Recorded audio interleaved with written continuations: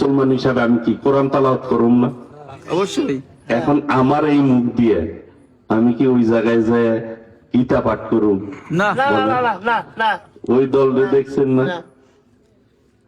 ওখানে যায় গীতা পাঠ করছে একই মুখ দিয়ে, আবার মুসলমানের সামনে যায় মুসলমানের কথা কয়, যা জামাতে ইসলাম, ইসলাম লেখায় কিন্তু, বুঝছেন? বাবু পিটান না গো। তো কোরআনে আছে দাড়ি টুপি থাকবে ঠিকই, মুসলমানের সামনে যায় বলবো যে আমি তোমাদের দলের অন্তর্ভুক্ত লোক, আবার ওই দিকে যায় বলবো যে আমরা তোমাদের মতো করে আমরা চলি। এদেরকে কি বলা হয়? মুনাফিক। এদের ব্যাপারে সতর্ক থাকতে বলছে।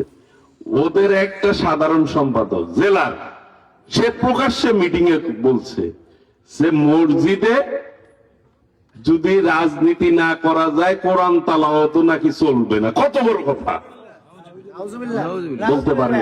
এই জন্য প্রকাশ্যে ক্ষমা চাওয়া, তার বিরুদ্ধে শাস্তি নেয় নাই, কিন্তু নেওয়া উচিত ছিল। যদি ইসলাম লেখা থাক তাহলে নেওয়া উচিত ছিল না।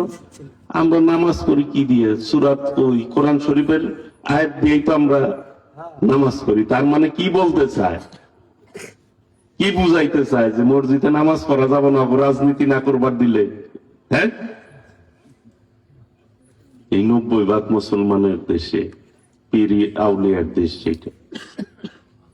এই দেশে এই সব কথা মানুষ মানবে? তাহলে এদের ব্যাপারে সতর্ক থাকবে। যেই দলের কাছে জনগণ এবং দেশ নিরাপদ, আমি মনে করি শহীদ রাষ্ট্রপতি জিয়াউর রহমান, দেশনেত্রী বেগম খালেদা জিয়া জনগণের জন্য কাজ করছে, জনগণের উপরে কখনো গুলি চালায় নাই, আলেমদেরকে হত্যা করে নাই।